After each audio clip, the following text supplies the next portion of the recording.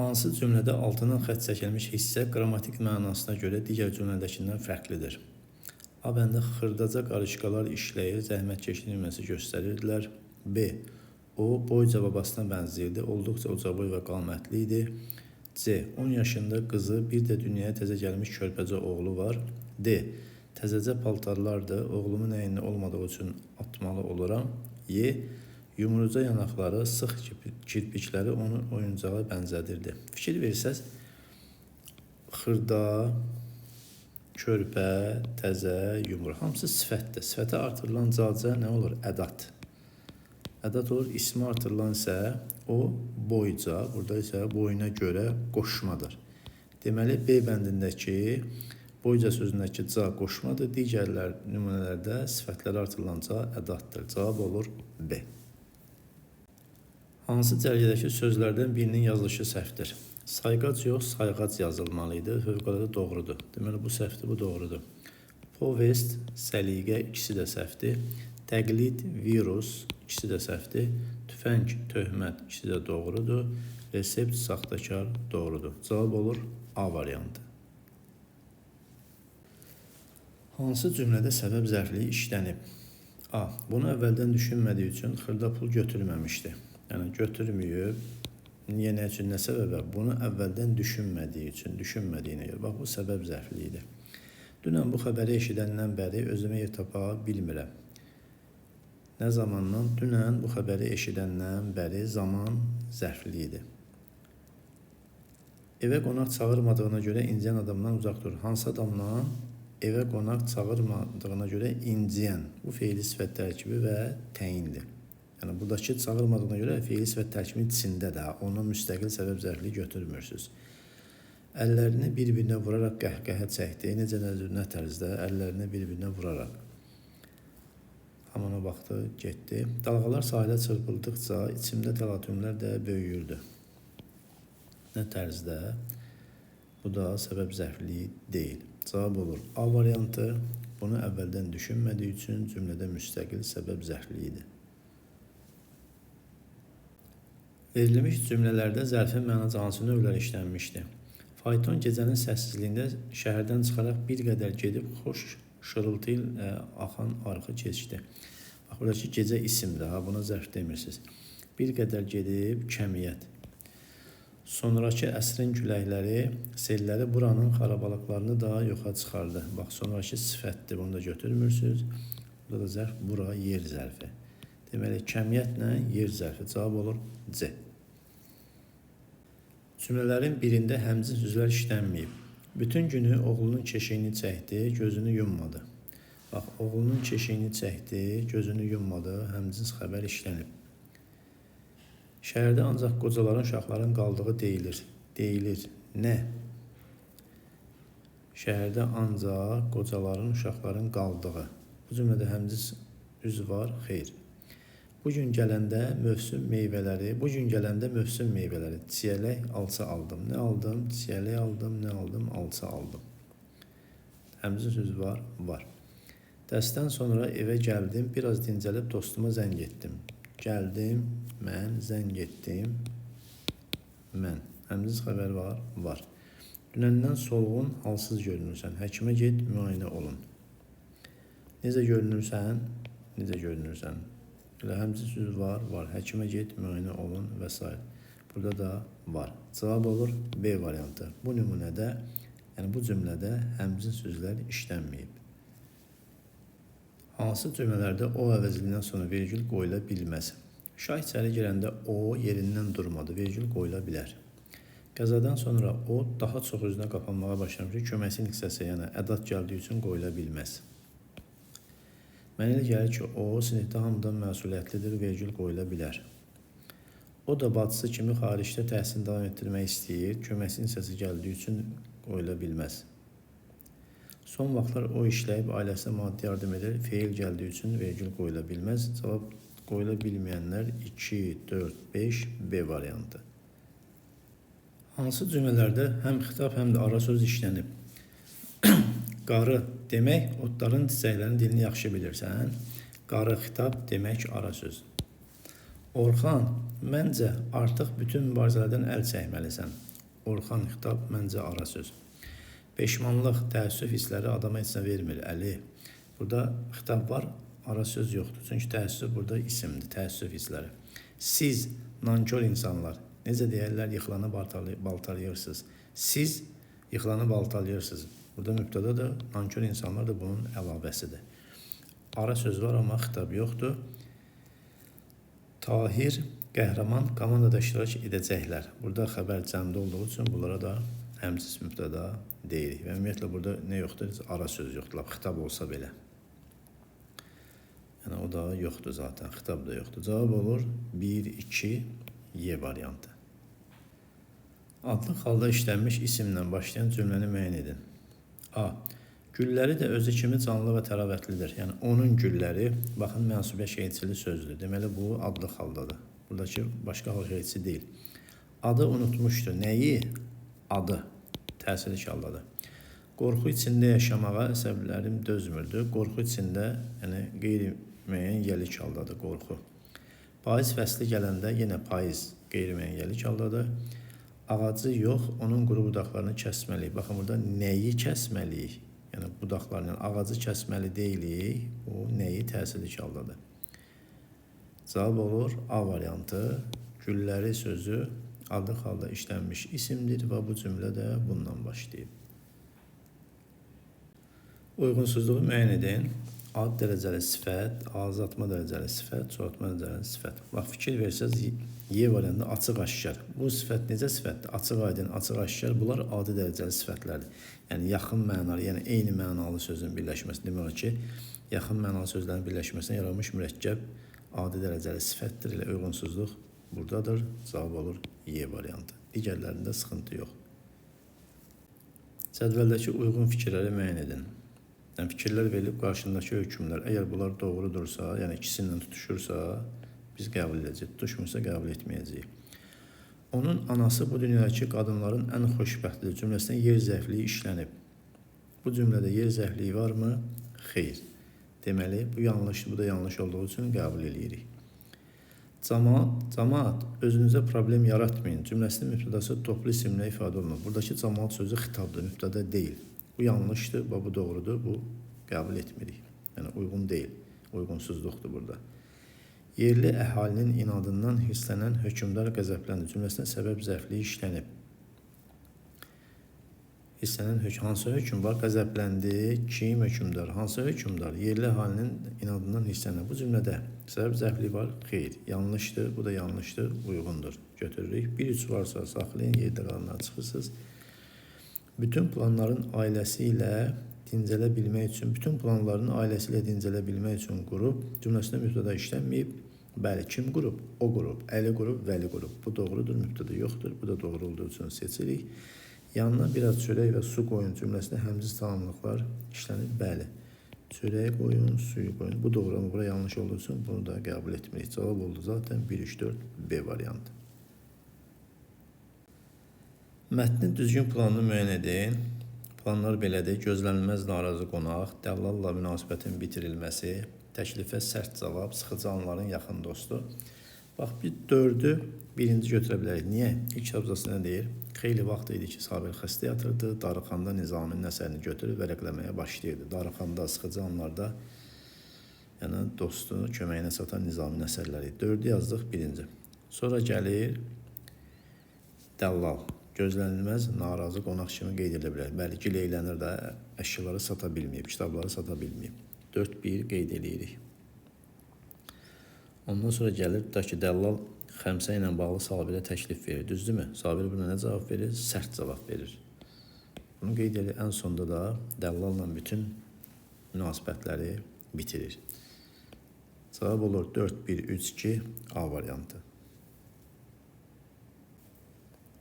Sabirlə dəllalın diyaloqundan belə nəticə çıxmır. Xəmsə Sabirə Seyid Əzmin hədiyyəsi idi. Bu müəllifin dilindədir. Bunların diyaloqundan çıxmır. Dəllal Xəmsəni nağd pula almağa razı idi. Orada fikir ver. De görüm, Xəmsənin qiyməti neçədir? Haqqını elə bu dəqiqə verəcəyəm. Bu diyaloqdan çıxır. Kitaba Seyid Əzmin ürək sözləri yazılmışdı. Yenə burada müəllifin dilindən verilir. Nəticə çıxmır orada. Xəmsənin dəyərini anlayıb sifariş verənlər var idi. Yenə burada müəllifin dilindədir. Sabirin evində sata biləcəyi dəyərli əşya yox idi. Sabir orada nə deyir? Deyir ki, çox heyif ki, gördüyündən savayı dəyərli heç nəyimiz yoxdur. Bu da diyaloqdan çıxır. Yəni 2 ilə 5 diyaloqdan çıxır. 1, 3, 4 diyaloqdan çıxmır. Ona görə cavab olur D variantı. Uyğunluğu müəyyən edin. Sabir, dəllal və hər ikisinə aid olan fikirləri tapıb uyğunluğu müəyyənləşdirək. Görək cavabımız nə olacaq? Darda qalan insanlara hər hansı bir yolla kömək etmək istəyir. Bu heç kimə aid deyil. Anı çıxırıq. Mənəvi dəyəri olan şəxsi əşyaların daha baha qiymətə sata biləcəyini düşünür. Sabir elə bir şey düşünürmü? Yox. Nə qədər ehtiyacı olsa da sevdiyi əşyadan maddi qazanc əldə etməyə rədd edir. Bu sabirdir. Sabir. Vəziyyətdən asılı olaraq bəzən sərt mövqe nümayiş etdirir. Bunu hər ikisinə deyə bilərik. Düzdürmü? Niyə? Bax, Sabir o kitab söhbətində, Xəmsə söhbətində. Dəllal da heç bir şey sata bilmir və orada nə deyir? Bir daha belə şeylərə görə məni narahat etmə. Aydın oldu? Bax. Yoxdursa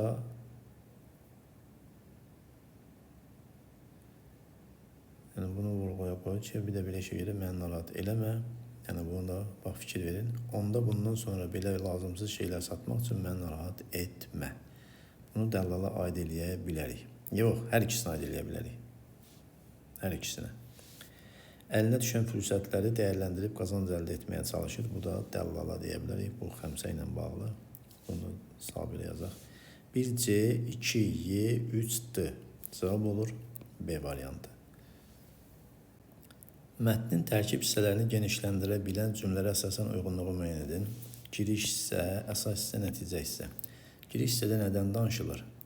Sabirin xəstə halda yatması və darıxanda Nizamın əsərlərini və oxuması təsvir olunub. Düzdür, buna uyğun hissə hansıdır? Belə edəndə az da olsa xəstəliyini unudurdu. Deyir, xəstə yatırdı, darıxanda Nizamın əsərini götürüb vərəqləməyə başlayırdı. Belə edəndə az da olsa xəstəliyini unudurdu. Bunu qeyd edirik giriş hissəyə. Başqa elə bir nümunə yoxdur ki, giriş hissəyə geçsin. Əsas hissə nədir? Dəllalın gəlişindən bəhs eləyir, kitabları sata bilməməsi və Xəmsəyə gözü düşməsi hadisələri burada cərəyan eləyir. Əsas hissədə indi görək biz olan hansını, verilənlərin hansını əsas aid edə bilərik. Gerçəyini bilmək istəyirsənsə, bu kitabın qiyməti yoxdur. Xəmsəyə gözü düşüb qiymət soruşanda. Bunu əsas hissəyə qeyd edə bilərik. Mən bu qiymətlər deyən heç bir sərvətə dəyişmərəm. Yox, bu nəticədədir.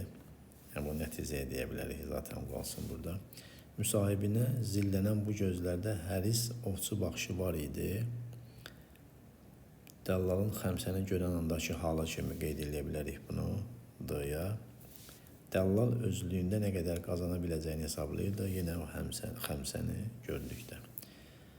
Və nəticə hissəsində dediyimiz kimi Sabirin qəti cavabı və mənəvi dəyərin maddiyyatdan üstün tutulmasını yekunlaşır. Burada ən uyğun cümlə ilə B idi. Mən bu qiymətli hədiyyəni heç bir sərvətə dəyişmərəm. Sabirin son qərarını da möhkəmləndirir.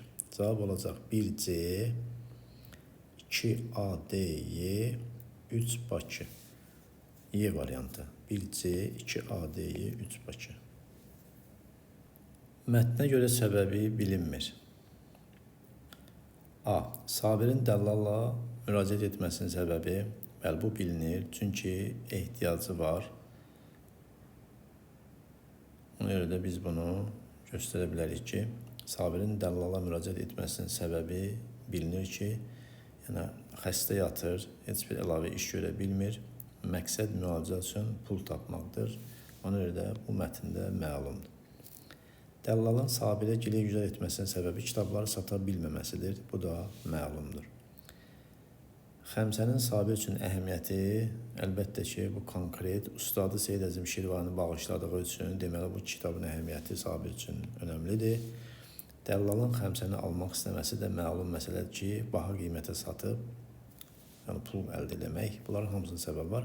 Amma Sabirin uzun müddət xəstə yatmasının səbəbi bilinirmi? Yəni niyə, nə üçün, nə səbəbə xəstələndiyi bilinmir. Ona görə də cavab olacaq C. Mətnlə bağlı düzgün fikirləri müəyyən edin. Dəllalın Xəmsəni almaq istəyi Sabirə kömək etmək arzusundan yaranmışdı. Xeyr, əlavə qazanc əldə etmək, daha çox pul qazanmaq üçün Sabirlə əlaqəsi yox idi. Sabir dəllalı evindən qovmaqla qətiyyətini və ustadına sədaqətini nümayiş etdirdi. Əlbəttə ki, doğrudur. Bu mətndə hiss olunur. Sabirin indiyə qədər dəllalla satdırdığı digər kitablar da Nizami Gəncəviyə məxsus idi. Belə bir şey varmı? Xeyr.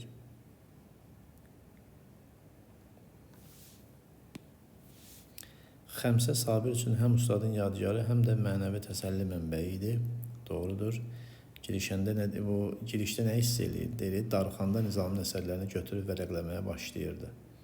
Bu kitabı ona ustadı Seyid Əzim Şirvani bağışlamışdı. Neçə illər idi ki, göz bebeği kimi əzləyə saxlayırdı. Bu da doğrudur. İndi bizdən düzgün fikirlər istədiyinə görə cavab olacaq 2-4 Y variantı.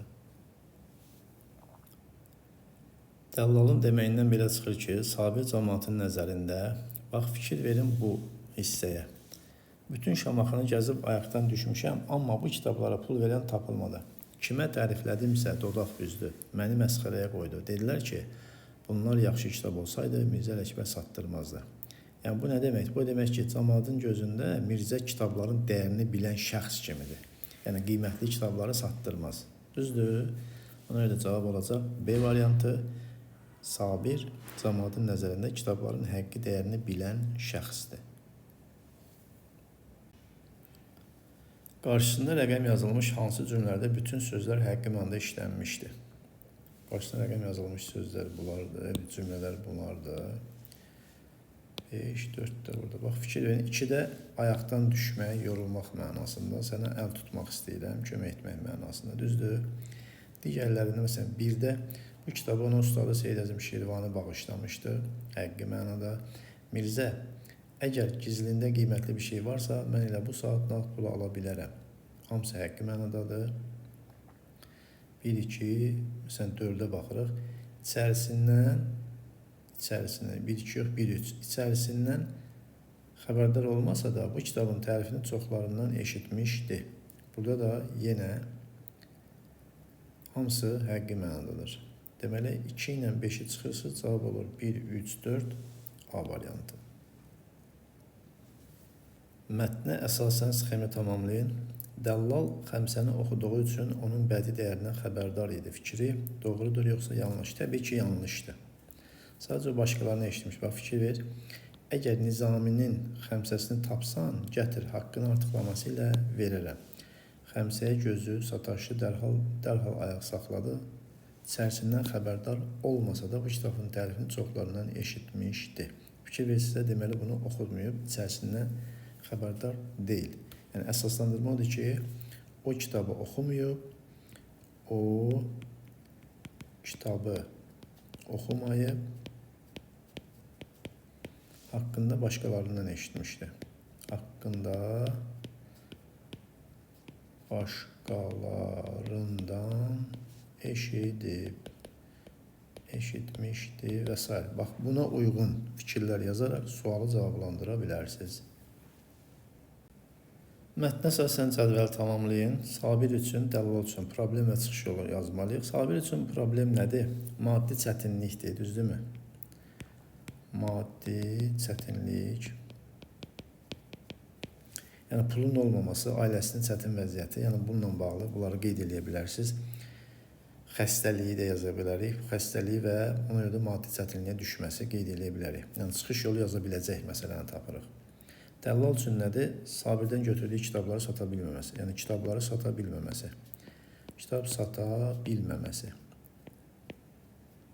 Və yaxud da sata biləcəyi kitabın olmaması. Sabir çıxış yolu nədə görür? Evdəki bəzi kitabların satılmasında. Evdəki bəzi kitablarını satmaq istəyir. Dəllal da nə ilə? Kitab sata bilmir. Nəyə gözü sataşır? Xəmsə ilə satıb, bəli. xəmsəni satıb zərərini qarşılamaq istəyir. Yəni çıxış yolu xəmsəni satmaq yaza bilərsiniz. Xəmsəni satmaq. Bu kimi nümunələri yazıb sualı cavablandıra bilərsiniz. Biri mətndə qarşı-qarşıya qoyulmur. Qədim tikililərin möhkəmliyi, müasir binaların dayanıqsızlığı. Bəli, mətndə ehramların möhkəmliyindən vurğulanır. Amma müasir binalarla bağlı heç bir müqayisə aparılmır. Deməli, bu qarşı-qarşıya qoyulmur. Alimlərin ehramlarla bağlı səyi Misir hökumətinin laqeydliyi, bəli. Alimlər sirləri açmağa çalışır, amma Misir hökuməti turizmə görə mane olur. Laqeydlik göstərir, bunu qarşılaşdıra bilərik. Elmi texniki inkişaf, qədim sirlərin hələ də açılmaması, bəli, giriş cümləsi nə deyir? Deyir, müasir dünyamızın elmi texniki inkişafına baxmayaraq qədim sivilizasiyanın bizə qoyub getdiyi bir çox sirlərin üstünün açılması hələ də müşkülə çevrilmişdir. Deməli, burada qarşılaşdırılır. Alimlərin real elmi təhlilləri, bəzi fantastik mülahizələr burada da həm elmi təhqiqatlardan, həm də Atlantidalılar kimi fantastik mülahizələrdən bəhs edilir. Bu da doğrudur. Yəni qarşı-qarşıya qoyulur. Ehramların möhtəşəmliyi, insan şüurunun bunun anlamada acizliyi. Yenə mətndə birbaşa qeyd olunmuş fikirlərdəndir. Yəni cavab zaten oldu. A variantı, bunların müqayisəsi, qarşı-qarşıya qoyulması mətndə yoxdur. Mətnə görə ehramlar möhtəşəm hesab olunur. Çünki, bax fikir verin, bu ikinci abzası nə deyir? Deyir, dünyanın 7 möcüzəsinə daxil olan içərisində yeganə qədim abidədir ki, neçə min illərdir heç bir ciddi dəyişikliyə uğramamış, uçquna və dağıntıya, parçalanmaya məruz qalmamışdır. Bu möhtəşəm tikili. Yəni, bax, bu xüsusiyyətinə görə, yəni, heç bir ciddi dağıntıya məruz qalmayıblar. Yəni, 1000 illər ərzində heç bir ciddi dağıntıya məruz qalmayıblar. Bu xüsusiyyətlərinə görə onlar möhtəşəm hesab olunur. Cavab olur B variantı. Mətnə görə cədvəldəki düzgün fikirləri müəyyən edin. Faktor ehtimaldır. Xefren ehramının kəllə hissəsində əhəng qalığı var. Bu mətndə öz əksini tapmışdır. Bax, bu hissədən. Əhəng örtük yalnız Xefren ehramının kəllə hissəsində bir azca qalmaqdadır. Bunu biz fakt kimi qəbul edə bilərik.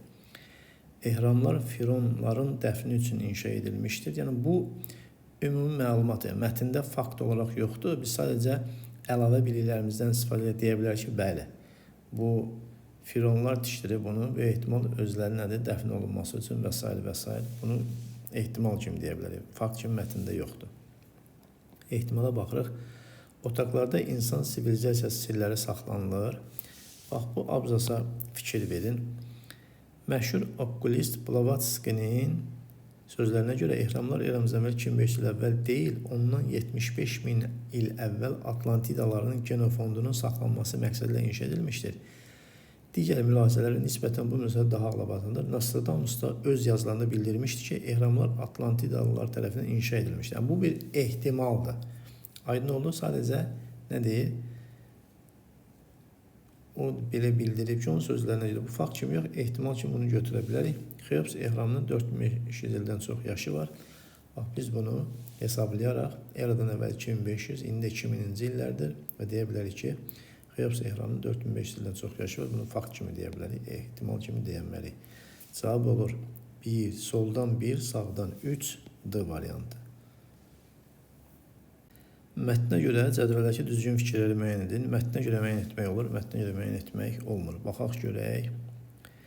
1. Blavatski və Nostradamusun ortaq mövqeyə malik olması. Bax, bu hissədə hər ikisi Atlantidalarından danışır, düzdürmü? Belə biz bunu mətnə görə müəyyən edə bilirik. 2. Ehramların dini ibadət məqsədi ilə inşa edildiyini, yəni burada məlumat yoxdur. Yəni, bu dini nə məqsədlə inşa edildi haqqında dəqiq konkret bir şey yoxdur. Ona görə biz bunu çıxırıq. Gəlirik sağ tərəfə. Mətnə görə müəyyən etmək olmur. Və deyir, ehramların tikintisi ilə bağlı elmi mübahisələrin təxminən 200 il bundan əvvəl başladığını, məsələn, burada vurğulanır ki, bu mətndə var.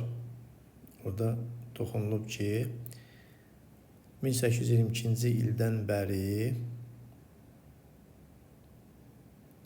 mübahisələrin başladığı haqqında mətndə məlumat var. Deməli, bax, fikir verin burada. Aydın mübahisəyə səbəb olmuşdur. Deməli, bu mətndə var. Yəni, biz bunu olmur kimi götürənməliyik. Qədim dövrlərdə peşəkar memarların olduğunu, yəni mətndə ehramların kimin tikdiyi sir sayılır. Ona görə də tikənlərin peşəkar memar olub-olmadığını mətndən öyrənmək mümkün deyil. Bunu cavab kimi seçə bilərik. Buradan 1-i, buradan 4-ü, cavab olur 1, 4, Y variantı. Mətnə görə ehramların və Sfinks heykəli ətrafında yenidən tədqiqat və arxeoloji işlər aparılsa nəticə necə olar? Bax, bu son abzası öz əksini tapıb. Mətndə bəli, onların boş otaqlar mövcud olduğu vurğulanır. Bu deyilir. Belə ki, boş otaqlarda insan sivilizasiyası sirlərinin saxlandığı güman edilir. Təəccüblü olan odur ki, ehramların və Sfinksin heykəli ətrafında yenidən tədqiqat və arxeoloji işlər aparılmasında Misir hökuməti heç də maraqlı deyil. Turizm biznesin ziyan vurulmasına ehtiyat edilir. Niyə? Çünki əgər burada tədqiqat aparılsa, yəni bəzi sirlər üzə çıxa bilər. Düzdürmü? Yəni burada deyirlər ki, ehtimal ki, burada müəyyən bir sirlərin saxlandığı güman edilir. Yəni bu tədqiqat aparılsa, bu sirlər üzə çıxır. Bunun da mənfi nəticəsi nə ola bilər? Miflərin romantik cazibəsi azala bilər. Yəni aparırlar, deyirlər ki, burada elə bir şey yoxdur, hamısı uydurmadır və s. və s. Yəni bu da o deməkdir ki, sirlər tam açılsa, ehramların ətrafındakı o sirli əfsanə və romantik cazibə azalar. Bu da turist axınına mənfi təsir edə bilər. Cavab olacaq C variantı. Qarşısında rəqəm yazılmış hansı cümlə çıxarsa, mətnin məzmununa xələl gəlməz.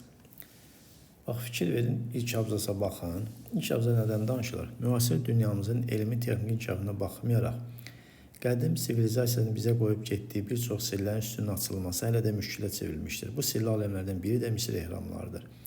Bu sahədə uzun illər tədqiqatlar aparılmasına baxmayaraq hələ də ciddi bir uğur əldə edilməmişdir. Yəni, bu cümləni çıxardın, mətndə görürsünüz, hələ heç bir şey itmir. Yəni, çünki bunun haqqında bu cümlə ifadə etdiyi məna ondan əvvəlki cümlələrdə də yer alıb. Yəni təkrardır. Zaten deyim müşküldür. Yəni biz bəzi sirləri aça bilmir. Yəni elm texnik inkişaf eləsə də Misir ehramlarına bağlı sirlər açılmayıb. Təzədən yenə eyni fikir gəlir ki, bəli, bu sayədə uzun illər tədqiqat aparılsa da elə ciddi bir uğur əldə edilməyib. Yəni bu onun təkrarıdır. Yəni biz birinci cümləni, bu qarşısında bir yazılan cümləni mətndən çıxarsaq, məzmunda ciddi xələl gəlməz. Ona görə də cavabımız olur C.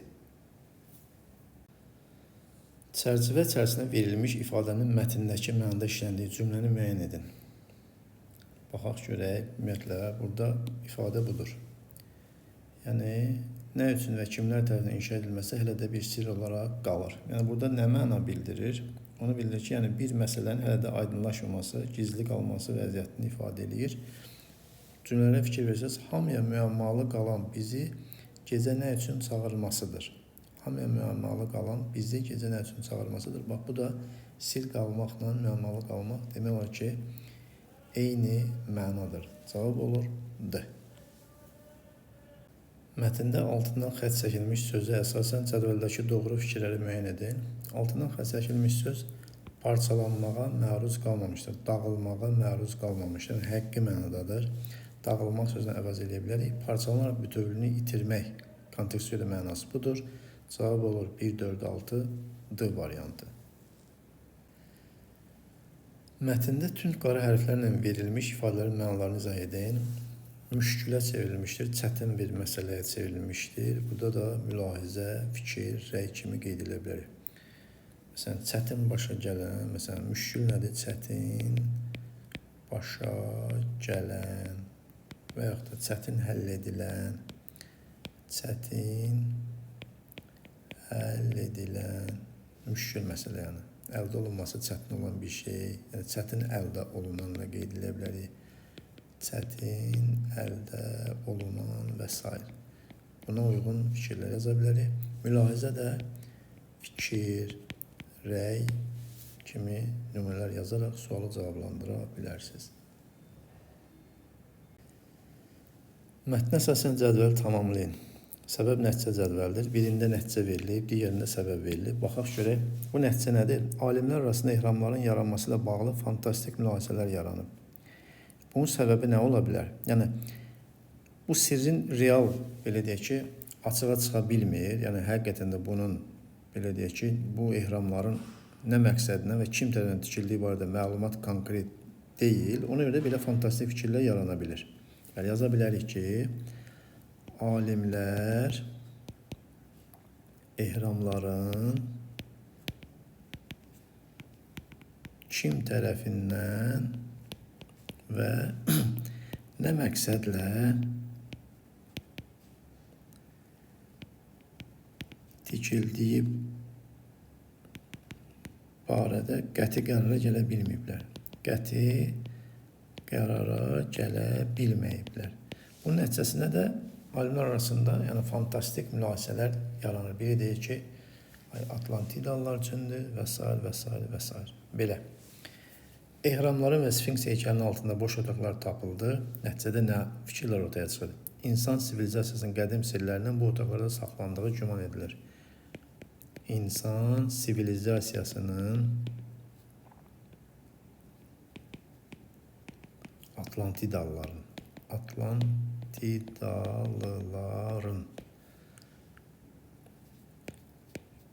qədim sirlərinin bu otaqlarda saxlanıldığı güman edilir. Bu kimi fikirlər yazıb sualı cavablandıra bilərik.